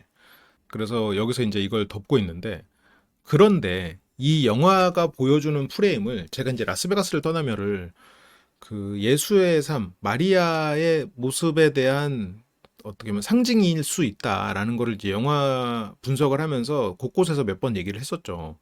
이 영화도 그래요. 뭐 우연의 일치거나 아니면 내가 그 프레임을 한번 생각했기 때문에 더 그렇게 보일 수는 있겠는데 이 영화도 그 프레임으로 해석이 가능합니다. 코피가 터진 상태로 잠이 듭니다. 그리고 다시 또 우유를 배달하러 와요. 코피가 터졌음에도 우유를 배달하러 와. 빨간 창 앞에서 우유 하나를 배달하는, 빨간 창에 빛이 비쳐서 문이 빨개. 그렇게 이제, 그래 우유 배달부 너지, 널 줄 알았어. 들어올래? 아무도 없어. 시계 열쇠도 네가 준 거니? 저 얼굴이 엉망이네. 그러면서 이 둘이 이 앞에서 얘기를 나누거든요. 그러니까 이 빨간색을 뭐라고 상징을 봐야 될까? 저 문에도 저 빨간색을 일부러 비치게 해서 거기서 봤는데 말이지. 왜 묻혀봤어? 사랑하니까요. 근데 이런 사랑이라는 말을 들으면 이 여자는 아마 되게 짜증날 거야. 유독 더 짜증이 나. 왜냐면 이 여자는 너무너무 순수한 사랑을 욕망하거든요. 그렇지만 순수한 사랑은 없어라고 스스로가 그 부분을 억압한 사람이에요. 그래서 순수한 사랑을 외치는 사람을 보면 파괴시키고 싶어. 순수한 사랑, 웃기는 소리 하지 마. 웃기지 마. 순수한 사랑이 어딨어. 다 그렇게 사는 거지. 야, 너 순수하다고 하지만 너라고 뭐 다를 것 같아? 웃기지 마. 이게 여성의 마음속에서 피어오를 거란 말이지. 저걸 유독 짜증나는 심리가 저기서도 마찬가지야. 근데 두 사람은 사랑을 얘기하면서 빨간색 창 앞에 서 있죠. 진심이라고 말해. 그러면 여자는 누구보다 진심인 사랑을 원하는 사람이에요. 하지만 누구보다 진심인 사람을 안 믿으려고 애쓰는 사람이지. 웃기지 마라고 하고 싶지. 그래서 원하는 게 뭐야? 순수한 사랑이라는 말에도 순수? 야, 웃기지 마. 너 원하는 게 뭐야? 관계야? 아니면 뭔데? 관찰이야? 뭐야? 근데 남자애는 진짜 모르죠, 지금. 왜냐면 경험이 없으니까. 인간과의 소통을 해본 경험조차 없으니. 그래서 몰라. 그래서 여자는 남자를 자극해 봅니다. 키스? 네가 원하는 키스야? 아니요. 그럼 너 혹시 그거야? 더 진도가 나가는 거야? 근데 아니래. 그러니까 여자애는 이 새끼 내 앞이라고 멋있는 척하네. 순수한 척하네. 세상에 순수 같은 건 없는데 다 쏟아져 버린 병 속에 흰 우유인데 그딴 게 있다고? 그럼 데이트하고 싶니? 응? 마주리아나 부다페스트로? 뭐 좋은 데겠죠? 이것도 다 하나하나 워딩의 의미가 있을 텐데. 네, 그런 거 아니래. 그럼 너 도대체 바라는 게 뭐야? 응? 없어요. 바라는 게 없대. 바라는 게 없다고 빨간색, 사랑을 상징하는 빨간색 앞에서 얘기를 하고 있죠. 없어? 아, 이 새끼 순수한 척하네? 세상에 순수 같은 거 없는데? 나도 그렇게 순수했던 시절 있지만 다 상처받으면 순수 같은 거 깨지고 없거든? 야, 누구라고 순수하게 싫어서 이렇게 사는 줄 아냐? 너 아주 그냥 있는 척해. 내가 깨부셔 줄 거야. 너 짜증난다 아주. 그러면서도 이것 봐라 하면서도 한편으로는 진짜 순수한 사람을 바라는 갈망이 있는 거야. 그러면서 그 갈망과 짜증 그 두 가지가 다 피어오르는 거지. 그렇게 남자는 뭐 없다고 하고 여기에서 옥상으로 올라가요. 이 영화를 보면 이렇게 항상 보통 이제 어떤 걸 오르는 것 그리고 어딘가를 내려오는 것 이런 거를 보면은 그 사람의 심리 상태거나 아니면 그 역할 한 사람이 앞으로 처할 상황을 암시하거나 보통은 이제 두 가지를 많이 보여주거든요. 이 사람의 마음이 올라가고 있거나 지금은 옥상으로 올라왔지. 그 마음이 커지고 있는 거 아니면 기대감이 커지고 있는 거 관계가 더 깊어질 거라는 거 이제 그런 것들을 이제 아마 암시하고 있겠죠. 그래서 거기에 올라와가지고 얼음으로 자기 머리를 식혀요. 그리고 식힌 얼음을 오독오독 씹으면서 내면을 차갑게 합니다. 저거를 소설적으로 묘사했다면 어떨까? 부서진 얼음이 내 머리를 찌르듯 머리가 차갑게 식어갔다. 뭐 이제 그런 묘사를 하겠지. 그리고 차갑게 식은 머리는 내 마음까지도 점차 차갑게 진정시켜 주었다. 뭐 이런 식으로 이제 묘사가 들어갈 거란 말이죠. 그렇게 머리를 식히고 다시 그 여성의 집 앞으로 다가옵니다. 그 여성의 집 문은 실제로 빨간색이 아닌데 빨간색을 비치게 구도를 잡아놨어요. 빨간색의 의미를 여러분들이 각자 해석이 조금 다를 수 있는데 어쨌건 그 문에도 비치고 있다. 이거는 절대 그냥 단지 우연의 일치가 아니에요. 이게 다 계산된 색감입니다. 그러면서 그 여성에게 아이스크림 먹으러 가실래요? 그 아이스크림은 방금 자기의 내면을 식혀줬던, 진정시켜줬던 거죠. 얼음이니까. 그렇게 상대에게 아이스크림을 먹으러 가자. 아이스크림은 흰 우유 같으면서도 달달하고 부드럽고 그리고 차갑게 마음을 유지할 수 있는 거니까. 그러면서 이게 이제 너무 신나는 거야. 아이스크림을 이제 먹으러 가기로 해가지고 너무 신나가지고 저 우유를 가지고 막 들떠서 우유병을 가진 채로 여기를 막 뛰어다니거든요. 너무 신나지. 내가 좋아하는 여자와 이제 첫 데이트 신청을 한 거니까. 근데 그 불안하게 저 병들이 막 깨질 듯이 이렇게 시끄러워요. 그래서 이제 막상 이 장면을 보면 아, 병 깨지는 거 아니야? 라는 불안감이 생겨. 그 첫 데이트가 이 아이의 어쩌면 순수를 깨버리는 건 아닐까? 라는 그런 불안을 심어주기 위한 거겠죠. 근데 그때 이 흰 옷을 입은 사람이 지나가요. 그리고 이 남자가 지나가는 이 장면에서 이 남자 자체가 상징하는 의미가 있는 것 같아. 그리고 두 사람은 아이스크림을 먹으러 옵니다. 정장까지 입고 왔군요. 그래서 여성은 이 남자애가 짜증나면서도 궁금해. 근데 진짜 순수하니? 순수한가? 그럴 리 없지. 아, 근데 또, 신경 쓰이네. 이 마음일 거란 말이죠. 이 양가적인 마음이 이 아이를 통해서 있을까? 왜냐면 그 순수한 사랑, 본인이 굉장히 추구하면서도 그걸 추구해서 또 상처받을까봐 덮어버리고 자신이 선택하지 않고 운명적으로 자신의 어떤 앞날을 기대하는 식으로 어떤 불안을 해소하고 있는 여성이니까. 1년 전, 아주 그냥 1년 동안 훔쳐본 게 지금. 그래서 오늘 아침에 네가 그런 말을 들은 건 오랜만이야. 해놓고 막상 기억을 못해. 뭐랬더라? 바다에 버려요라고 했잖아요. 사랑한다고요. 그러니까 그런 건 없어. 야, 그런 건 없어. 오랜만에 들었다라고 하는 건 오랫동안 듣고 싶었던 말이기도 한 거야. 그게 이 여성의 내면을 반증해주고 있죠. 남자는 이때. 그러니까 얘가 더 짜증나는 거야. 순수한 사랑이 있어요. 여자분 입장에서는 나도 해봤거든. 더 짜증나. 왜냐면 본인은 순수한 사랑을 계속 억압해야 되는 고, 그리고 그렇기 때문에 현실적으로 조건을 추구하는 남자, 또 그 어떤 가치를 대화를 나눌 수 있는 그런 남자, 뭐 이런 남자를 만나면서 안정적인 삶을 못 살고 있고 자기의 삶을 언제쯤 나는 그런 순수한 사랑을 가진 사람을 만날까라는 욕망이 있기 때문에 그걸 운명적으로 점치면서 이렇게 회피, 어떻게 보면 불안한 상황으로 이렇게 살아가고 있는 사람이란 말이죠. 네가 뭘 한다고. 그러니까 없어. 없다고 해야지. 스스로 없다고 억압해야 돼. 날 사랑하고 우체국에 있으라고 또 뭐라니.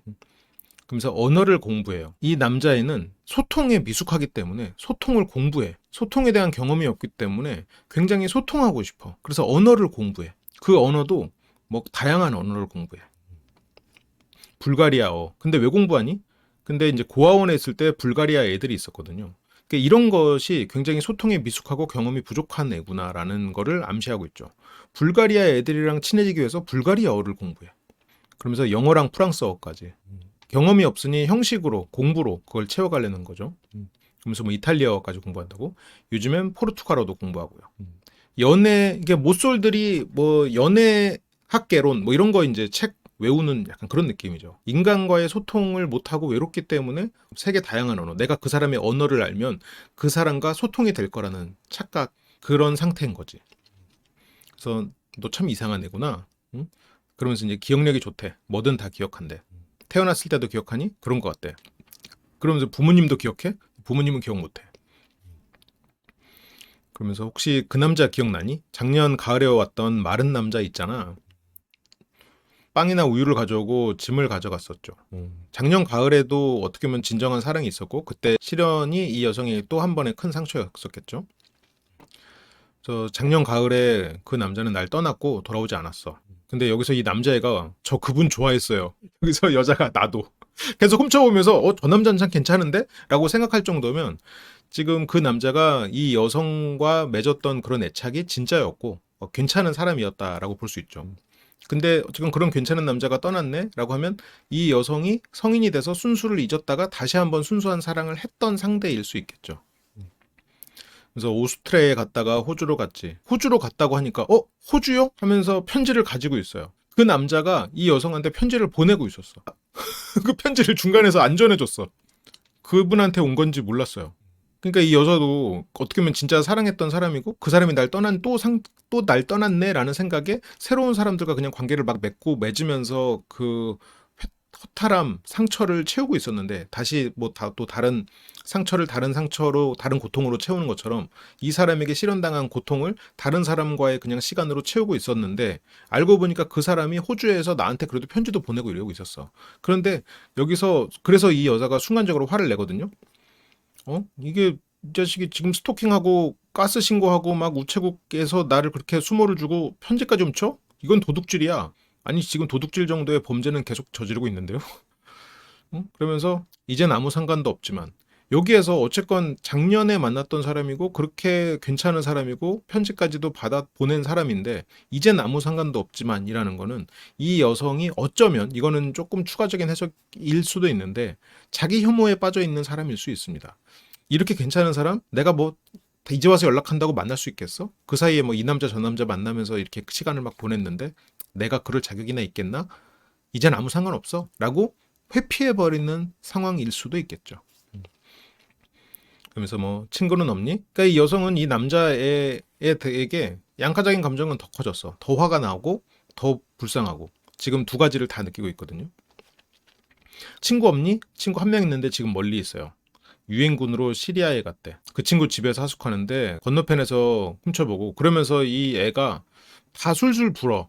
친구도 당신을 훔쳐봤었어요. 그런데 친구는 뭘로 봤지? 쌍안경으로 봤어. 말 그대로 관찰하고 그냥 관음해서 끝이었고 이 아이는 한눈으로 봤어. 거리감이 없는 상태에서 일치화시켜서 보고 있었죠.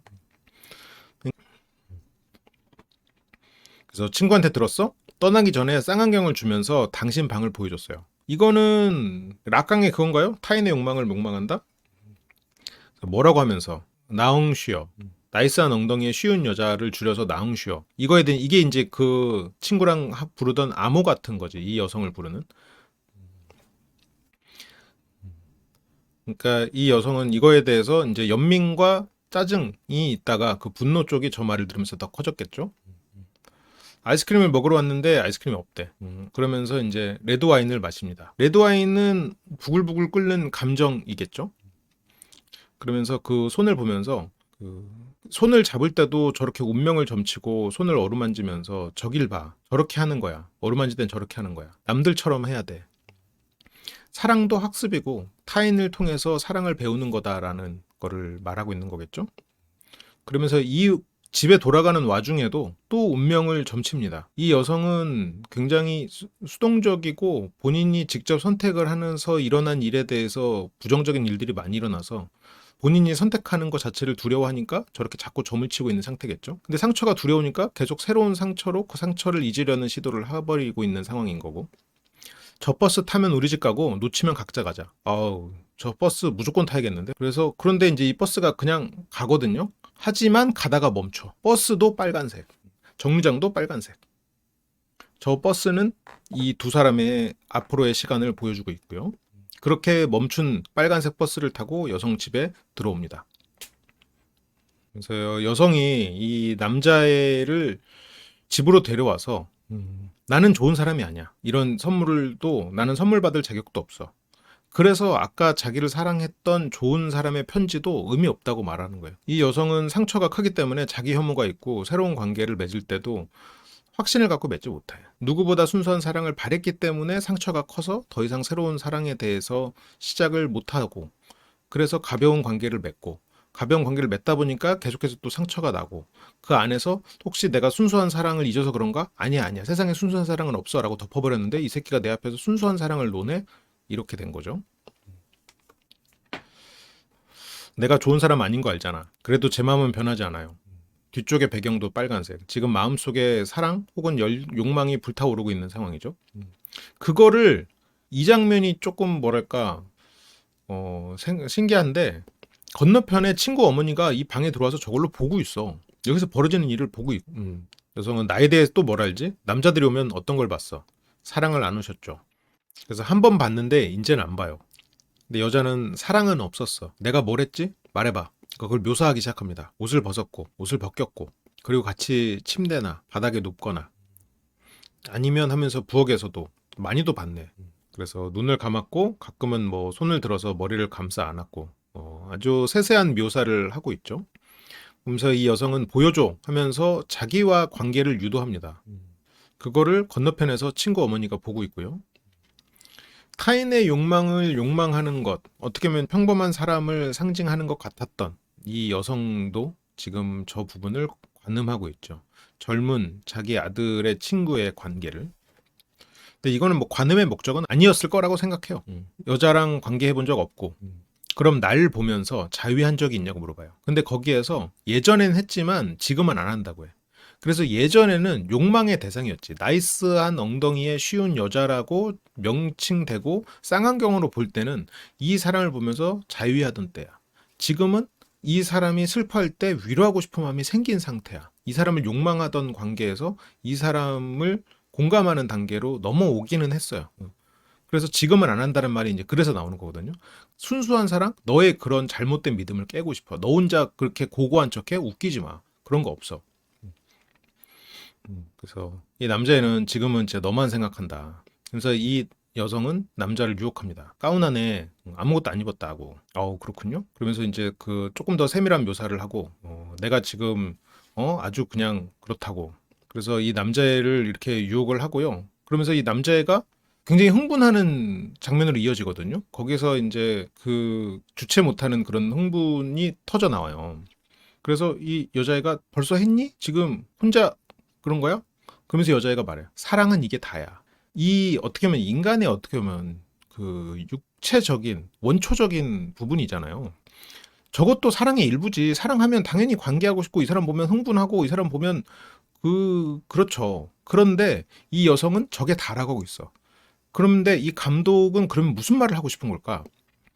저기에서부터 시작되고 저것도 사랑의 일부라고 말하고 싶은 것 같아. 다시 순수한 마음도 있고 그런 게 있다고 그걸 인정하는 순간 자기의 삶을 부정해야 되거든. 너무 괴롭거든. 그래서 너 그거 다 순수한 거 없어. 이게 다야 라고 말하고 있는 거지. 수건 있으니까 가서 씻어. 그러니까 이 여성은 야, 거봐, 별거 없지? 너 순수한 척 하지 마. 나는 잘못 삼고 있는 게 아니야. 자기 혐오가 기본적으로 깔려있기 때문에 자꾸 순수한 척 하면서 자꾸 나를 대비해서 나를 괴롭게 만들지 마. 자꾸 나 짜증나게 하지 마. 인 거지. 근데 이 남자애는 저 상황에서 뛰쳐나갑니다. 근데 이 여성은 순수한 건 없어 라고 말을 했지만 이 상황에서 그냥 가버리는 저 아이를 보면서 마음 한구석이 무거워. 아, 내가 진짜 순수한 애를 괴롭힌 건가? 라는 생각이 들어버리는 거야. 자기에게도 있었으니까 저런 시절이. 물론 저렇게 스토킹하고 저런 시절이 아니고 저 마음 상태만을 얘기하는 거예요. 그러면서 여기서 다시 한번 이 남자가 지나갑니다. 이 남자는 아까 이 소년이 아이스크림 먹으러 간다고 했을 때 신나가지고 이 거리에서 춤출 때 지나가던 흰색 옷의 남자고 지금 그리고 이 장면에서도 지나가요. 왜 지나가지? 모르겠어. 아니, 그러니까 뭔가 막연하게 알 것 같은데 왜 이 두 장면이지? 어쨌건 지금 저 상태는 어떻게 보면 지금 이 남자아이는 사정을 한 상태란 말이에요. 흥분에 관련된 상태인데 일상적이지 않은 그런 상태죠. 처음에 그 데이트를 신청했을 때도 지금 저렇게 저런 상태로 돌아가는 것도 어쨌건 이 남자도 분명히 어떤 의미가 있을 거다. 우유의 의인화인 것 같기도 해. 근데 우유의 의인화 어쩌면 지금 이 장면에서 이 우유를 가지고 갈 만한 장치를 만들 수가 없다 보니까 이 남자를 우유 대신 이 자리에 배치시켰을지도 몰라. 그러면 이 아이는 여러모로 지금 순수한 마음 그대로다라는 걸 그냥 보여주고 싶은 걸 수도 있겠지. 근데 이 여자는 소년을 보내고 괴로워. 왜냐면 그 소년을 괴롭히던 그 마음이 내 안에 갈망과 연결돼 있다라는 거를 서서히 본인도 마주하기 시작한단 말이에요. 그러면서 쌍안경으로 그 소년의 집을 봐. 자기가 너무 잘못했나? 내가 이 아이를 괴롭힌 건가? 처음에는 유독 짜증나가지고 그 아이를 괴롭혔는데 그게 내 모습이 있었거든. 그 안에. 그래서 그 소년을 쌍안경으로 바라보기 시작합니다. 쌍안경으로 바라보기 시작하는 게 뭐였죠? 이 소년이 저 여자를 사랑하게 되기 전에 그 시작점이었지. 소년의 방에 불이 꺼지고요. 여자는 소년에게 미안한 마음이 생겨요. 다시 이 수화기를 들면서 전화를 하라고 요청을 해요. 그래서 이 여성은 돌아와. 내가 잘못했어. 하지만 잘못했다고 하지만 이미 늦었죠. 아, 이게 10개의 미니 시리즈고 그 10개의 미니 시리즈라면 이게 지금 가늠하지 말라고 이 소년은 가늠한 행위를 한 거지. 그 앞에서 사정을 했으니까. 그러면 이게 진짜 어떤 신적인 존재에 대한 상징일 수도 있겠다. 그러면서 여기서 소년은 자신이 순수하지 않았다라는 거를 여자 앞에서 여실히 드러내버린 꼴이 됐잖아요. 자신이 순수하지 않은 사랑, 현자가 돼서 돌아오긴 했지만 나는 순수하지 않았던 거잖아, 여자 말대로. 그래서 본인을 파괴시키는 걸로 그 사랑을 증명하려 합니다. 어쩌면 이건 수치심일 수도 있고. 근데 이제 여성은 지금 이 아이를 파괴시키고 싶었던 마음이 어쩌면 내가 순수를 바라는 내 일말의 내 내면의 억압된 희망을 더 억압하기 위해서 이 아이를 파괴하는 것으로 지금 이런 행위를 벌인 거란 말이에요. 근데 이 아이가 저렇게 가는 모습을 보고 자기를 투영시켜서 생각하는 거야. 그러면서 소녀는 아까 이제 면도날을 분리하고 자기 파괴를 시작합니다. 그리고 하얀 물에 빨간 물이 쫙 퍼져나가요. 여기 이 영화 속에서 소년이 흘린 피는 점점 양이 많아지지. 처음에 자기 손가락을 다치게 했을 때 조금 나오던 피, 그 다음에 그 코수염 아저씨한테 맞아서 나온 피, 처음에 상대의 상처를 공감할 때 시작된 사랑.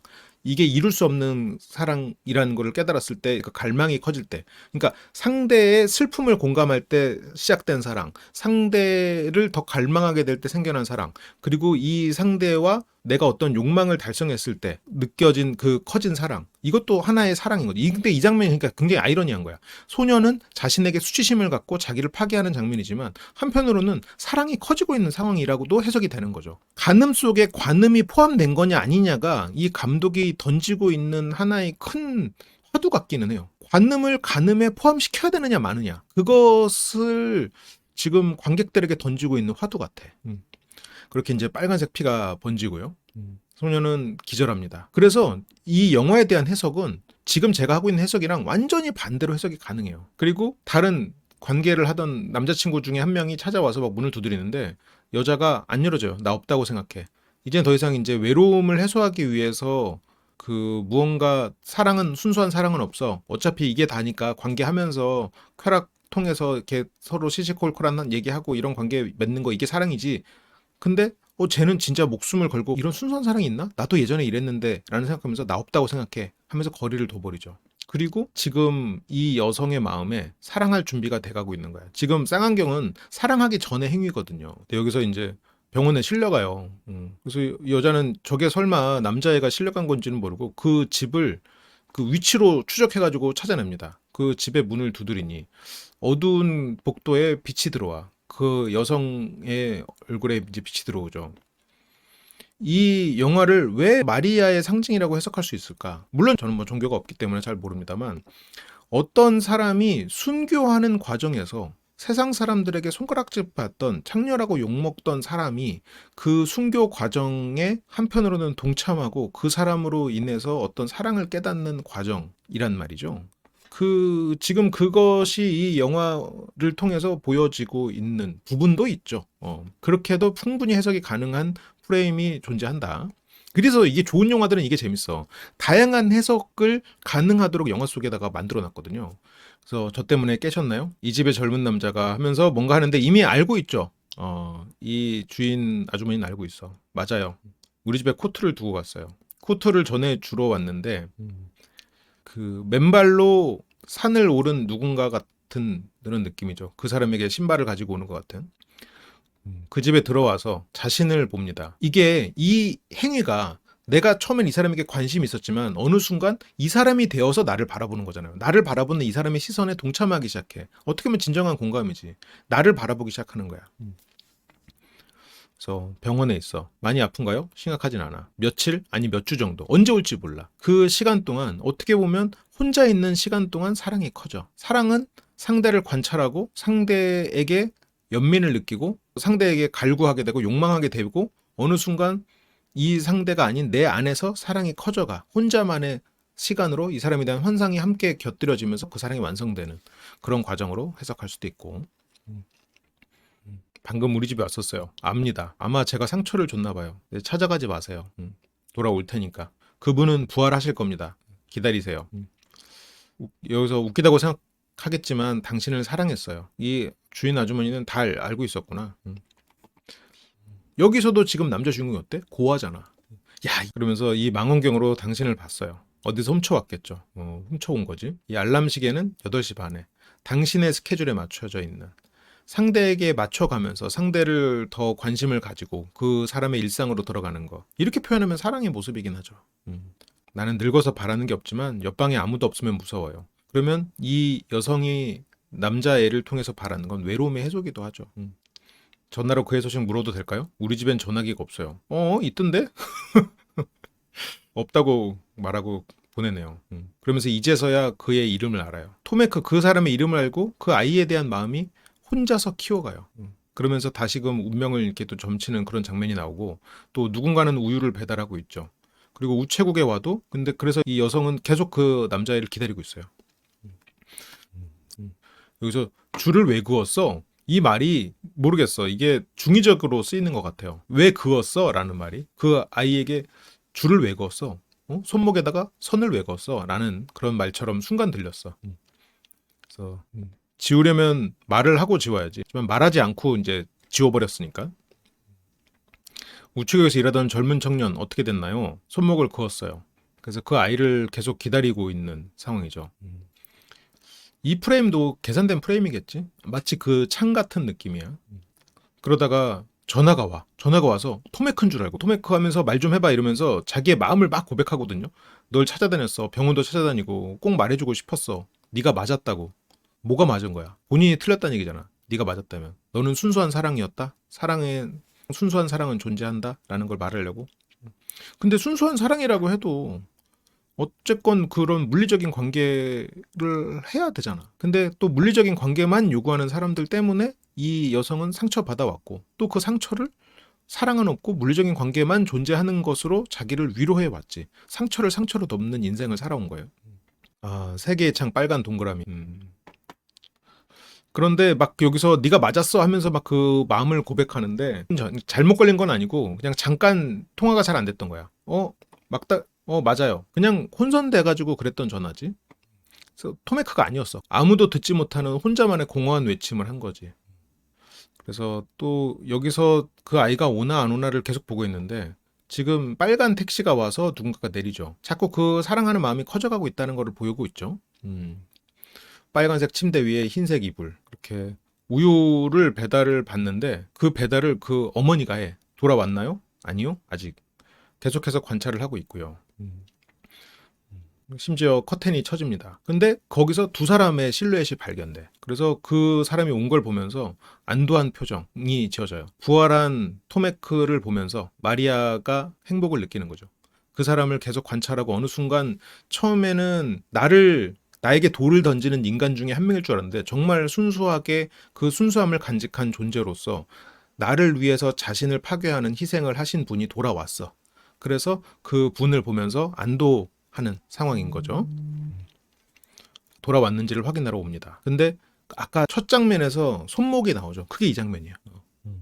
쓰러진 소년을 보면서 여자는 안심하면서 또 슬프죠. 그래서 뭔가 이렇게 다가가서 위로를 하려고 하는데 이 아주머니가 가로막아요. 뭐 그렇게 가벼운 마음으로 이렇게 시작하지 말라는 거지. 이 아이는 진짜니까 그렇게 그냥 동정심으로 오지 말라는 그런 가로막음이겠지. 그래서 이 손을 이렇게 만지려고 하는데 이 아주머니가 이제 잡습니다. 그러지 말라고. 감염의 위험이 있다는 뜻이겠죠. 그리고 영화적 상징으로는 누군가의 상처, 누군가의 고통을 어루만지는 것이 사랑이 아닐 수 있다는 그런 주제가 여기서 드러나고 있는 것 같아요. 그러면서 이 여성이 다른 행위로 이어지는데 사랑은 타인의 상처를 직접적으로 어루만져주는 게 아니야. 라고 말하고 있는 거죠. 그러면서 이 여성은 남자가 했던 행위를 따라합니다. 그 사람의 삶을 함께 해요. 자신을 바라보는 것으로.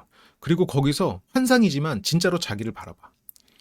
그래서 자기가 흰색 우유를 쏟고 슬퍼하고 있는 장면을 보면서 굉장히 복잡한 미소를 지어요. 그리고 울고 있는 자신을 보면서 같이 공감하지만 거기서 또 더 큰 환상이 이게 영화에서 말하고자 하는 가장 또 하나의 강력한 주제인데 이게 환상이잖아요. 자기의 어깨를 어루만져주는 소년을 봐요. 자기가 자신을 바라보고 있는 소년에게 동화된 상태로 슬픈 자신을 어루만지고 있는 소년을 환상으로 만들어. 이게 사랑의 완성인 거지.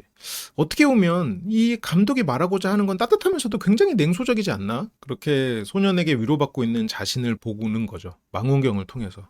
그걸 보면서 여성은 눈을 감고 현실에서 눈을 감고 환상 속에서 커져가는 것이 사랑이고 그것이 순수인가 싶기도 하고 제가 여러분들한테 드린 이런 해석은 많은 해석 중에 하나일 거고, 여러분들이 영화를 조금 더 재밌게 보시는데 도움이 되셨길 바라고, 오늘도 함께 해주셔서 감사하고 다른 분석 리뷰로 돌아오겠습니다. 네, 감사합니다. 종종 분석을 받고 싶어서 나는 솔로에 나가고 싶다라고 댓글을 달아주시는 분들이 있는데요. 제가 직접 여러분들이 스스로를 분석하고 알아갈 수 있는 시간을 가질 수 있도록 인생 PT 수업을 진행을 하고 있습니다. 수업에서는 스스로를 알아갈 수 있도록 내면 탐구, 객관화 시각, 이런 것들을 훈련을 하고 있고요. 늘 반복되는 감정이나 행동의 이유가 궁금하신 분들, 그리고 앞으로의 선택이 더 나아지길 바라는 분들께 이 수업이 분명한 방향이 되어줄 거라고 생각합니다. 내가 왜 그런 반응을 하는지, 왜 비슷한 상황에서 같은 후회를 반복하는지, 그 이유를 스스로 이해하고 싶다면 함께 해보시길 추천드려요. 인생 PT는 한번 수강하신 분들이 다시 찾는 경우가 많은데요. 그만큼 수업이 실질적인 도움을 주고 깊이 있는 변화를 만들어주기 때문이라고 생각합니다. 그리고 단순한 강의가 아니라 심리적 안전망이 형성된 커뮤니티에서 감정을 훈련하고 자신을 성장시키는 경험이 되는 공간입니다. 수업을 같이 들으시는 분들과 함께 심리를 공부하면서 자연스럽게 교류가 생기고 서로의 심리적인 연결과 신뢰가 쌓이게 되고요. 그 과정에서 감정을 자유롭게 표현하고 연습할 수 있는 안전한 공간이 만들어집니다. 다양한 사람들과 자신에 대해 더 깊이 알아가고 싶으신 분들은 인생 PT 참게 하시면 좋을 것 같습니다. 그리고 유튜브 쇼핑 기능 알고 계시죠? 지금 쇼핑 링크를 클릭하시면 제 책들이 나옵니다. 제 책을 구매하셨던 분이나 구매하실 계획이 없는 분들도 이걸 클릭하시고 쿠팡에 가셔서 다른 원래 살려던 제품을 사주시면 쿠팡 수수료율에 따라서 저희에게 수수료가 옵니다. 여러분들은 물건을 같은 가격에 사고 저희에게는 후원을 해주실 수 있는 굉장히 좋은 기능이니까요. 조금 번거롭더라도 한번 클릭을 더 하셔서 제품을 구매해 주시면 저에게 정말 큰 힘이 됩니다. 간단하게 몇 가지 제품들만 좀 소개를 해드리면요. 감정을 소모하지 않는 대화법을 필두로 제 책들이 쭉 링크 걸려 있고요. 고기 먹는 날은 꼭 저희랑 함께 하시죠. 고기가 생각나실 땐 항상 심리대화, 돼지고기 비율이 높은 잔스밀 소세지, 닭고기, 오리고기, 계란, 그리고 목 막히시잖아요? 생수와 떡, 쌀과 물, 그리고 고기가 드시고 싶을 땐 항상 심리대와 함께 해주시면 좋겠습니다. 그리고 더 미식 제품 같은 경우에는 더 미식 홈페이지로 이동을 하는데요. 유튜브에서만 살 수 있는 제품 조합들도 있다고 해요. 혹시나 라면이나 더미식 즉석식품 구매하실 분들은 여기에서 제품을 구매해 주시면 저희에게 정말 큰 힘이 됩니다. 네, 항상 사랑해주고 지원해 주시는 심리대와 심쿵이 여러분 너무너무 감사드리고요. 저희 채널에 도움을 좀 주고 싶은 마음이 있으셨던 분들은 쿠팡에서 쇼핑을 하실 때 꼭 저희 사이트에서 쇼핑을 클릭하고 쿠팡에서 물건을 사주시면 정말 큰 힘이 될 것 같습니다. 그리고 멤버십 알고 계시죠? 한번 하면은 빠져나갈 수 없는, 여러분들이 멤버십 한 거를 절대 후회하지 않도록 열심히 여러분들에게 재밌고 도움이 되는 콘텐츠로 계속해서 만나 뵙도록 하겠습니다. 항상 감사합니다.